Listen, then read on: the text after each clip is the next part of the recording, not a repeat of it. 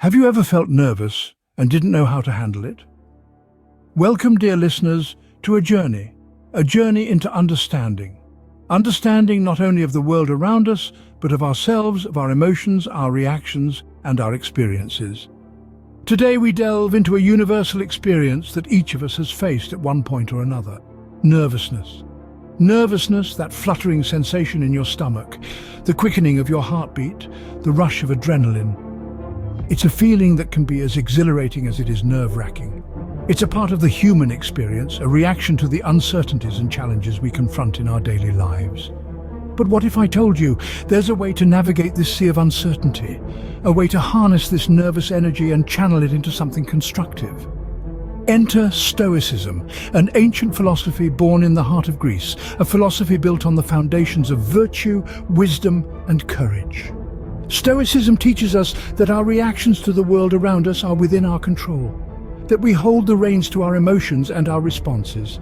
It provides us the tools to face our emotions, to understand them, and to use them to our advantage. Now imagine applying this philosophy to nervousness. Imagine understanding your nervousness not as a barrier, but as a challenge that pushes you to grow, to evolve, and to understand yourself better. This is the essence of Stoicism, understanding that we cannot control everything that happens to us, but we can control how we react to it. So how does one use Stoicism to manage nervousness? How can one transform this seemingly negative emotion into a stepping stone towards personal growth and understanding? Join us as we unravel the 3 powerful Stoic strategies to battle nervousness through a compelling story. This journey we're about to embark on will not only help you understand nervousness, but also provide you with the tools to navigate it, to face it head-on, and to use it as a catalyst for personal growth and self-understanding. So, buckle up, dear listeners, as we navigate the seas of emotion and understanding, guided by the wisdom of the ancient Stoics. Imagine a person, we'll call him John, who gets nervous quite often. John, see, he's just like any of us, perhaps even more so. He loves the smell of coffee in the morning, enjoys a good book on a rainy day, and has a soft spot for old black and white films. But there's this constant companion that shadows John's everyday moments. It's not a pet, no, it's something far less comforting. It's a palpable tension that clings to him, a nervousness that often leaves him feeling like a ship lost in a stormy sea. You see, John is a frequent guest to the world of anxiety, a world where the simplest tasks can seem like insurmountable mountains. John's heart races at the prospect of a presentation at work. His palms sweat when he has to make a decision, even if it's just choosing what to have for lunch. His mind races with what-ifs and should-haves, making it hard for him to focus on the present moment. He constantly worries about the future, turning the unknown into a terrifying spectre that haunts his every step. This nervousness, this anxiety, it doesn't just affect John, it touches every aspect of his life.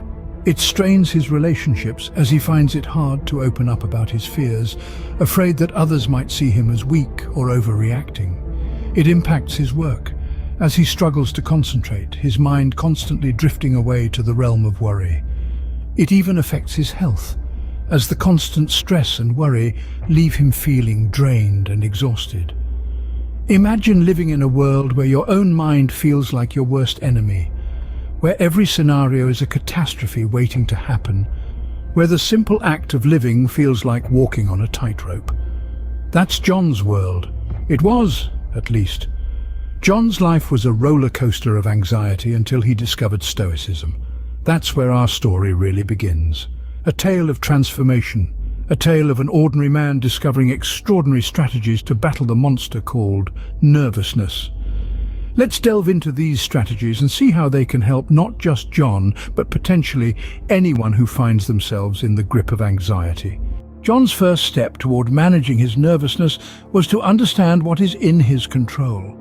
This concept, rooted in Stoic philosophy, is a powerful tool for managing anxiety and stress. It's about recognizing what aspects of life we can influence and which ones are beyond our reach. Imagine life as a game of chess. You control your pieces, making strategic moves and decisions. Yet, you can't control your opponent's moves. In life, like in chess, the actions of others, the weather, the economy, and countless other factors are outside of your control.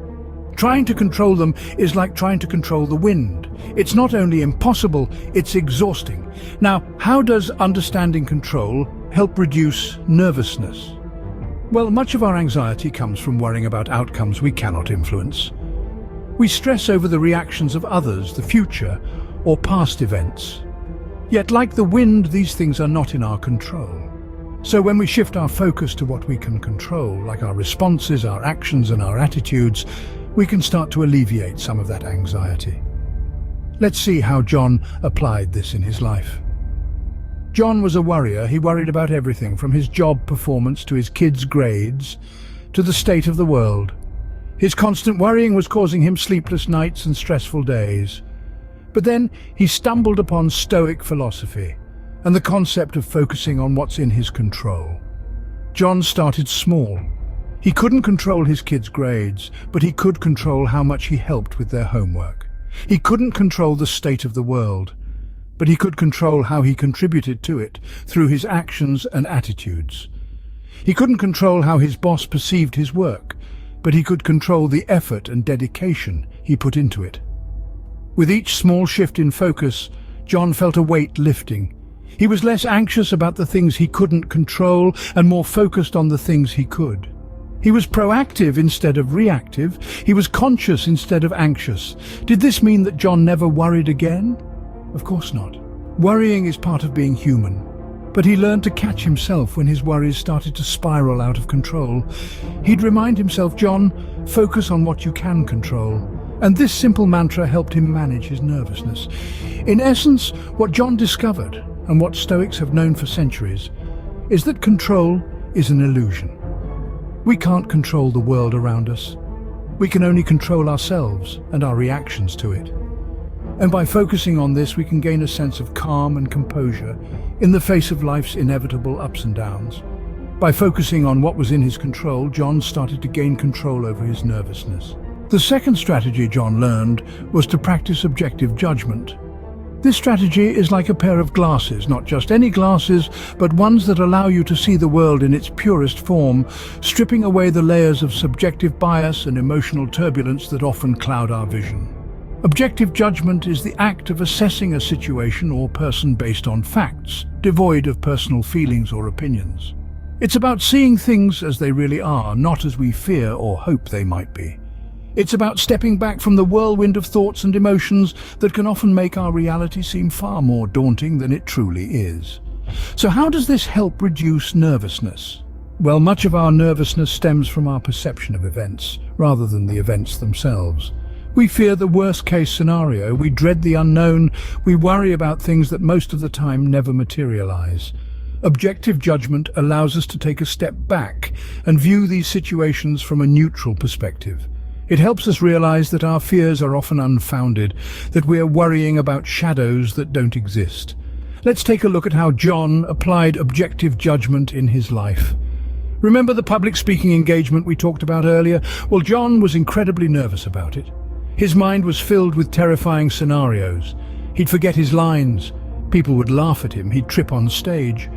But then he remembered the concept of objective judgment. He took a deep breath, cleared his mind, and looked at the situation objectively. He asked himself, what are the facts here? He was prepared. He knew his topic well. He had practiced his speech multiple times. These were the facts. His fears, on the other hand, were based on assumptions, not reality. Once he started viewing the situation through the lens of objective judgment, he realized his fears were blown out of proportion. Yes, there was a chance he might make a mistake, but was it as catastrophic as his mind made it out to be? No. He understood that making a mistake was not the end of the world. People might notice, but they would forget about it soon enough. And even if he did trip, he could always get back up. This realization was a game changer for John. By seeing things as they really are, not as he feared they were, his nervousness began to lessen. He started applying this strategy to other areas of his life, and slowly he found his nervousness fading away, replaced by a calm sense of understanding and acceptance. Remember, practicing objective judgment doesn't mean ignoring your feelings or becoming emotionless. It's about recognizing when your emotions are distorting your perception of reality and choosing to see things as they truly are, not as your fears paint them to be. It's about being grounded in reality, not lost in a sea of what-ifs. By seeing things as they really are, not as he feared they were, John's nervousness began to fade. The final strategy John embraced was to live in accordance with nature. This might seem a bit abstract, so let's break it down. Living in accordance with nature in the Stoic sense doesn't mean selling all your possessions to live in the wilderness. It's about understanding and accepting the nature of the world and of human beings. It's about recognizing that the universe operates according to its own laws, and our role is to align ourselves with these laws, not to fight against them. Imagine the universe as a vast flowing river. We are like tiny boats on this river. We can either try to paddle against the current, exhausting ourselves in a futile struggle, or we can learn to navigate the river's flow, using its power to propel us forward. The latter is what it means to live in accordance with nature. Now, how does this help with nervousness? Well, nervousness often arises when we resist the natural flow of life, when we try to control what is beyond our control. We get nervous about the future because it's uncertain, because it's not within our control. But when we live in accordance with nature, we accept that uncertainty as a natural part of life. We focus on what we can control, our own actions and reactions, and we let go of the rest. John, our protagonist, applied this strategy in his life in a very practical way. He started by observing his own reactions to situations that made him nervous. He noticed that his nervousness often stemmed from a fear of negative outcomes, a fear of things not going according to his plans. He realized he was paddling against the current, trying to control the uncontrollable. So John decided to change his approach. Instead of resisting the flow of life, he chose to go with it. He accepted that he couldn't control everything. He focused on his actions, doing his best in every situation, and he let go of the outcomes. He accepted that sometimes things wouldn't go his way, and that was okay. It was part of the natural flow of life. This shift in perspective had a profound impact on John. He found that his nervousness decreased significantly. He was no longer constantly worrying about what might go wrong.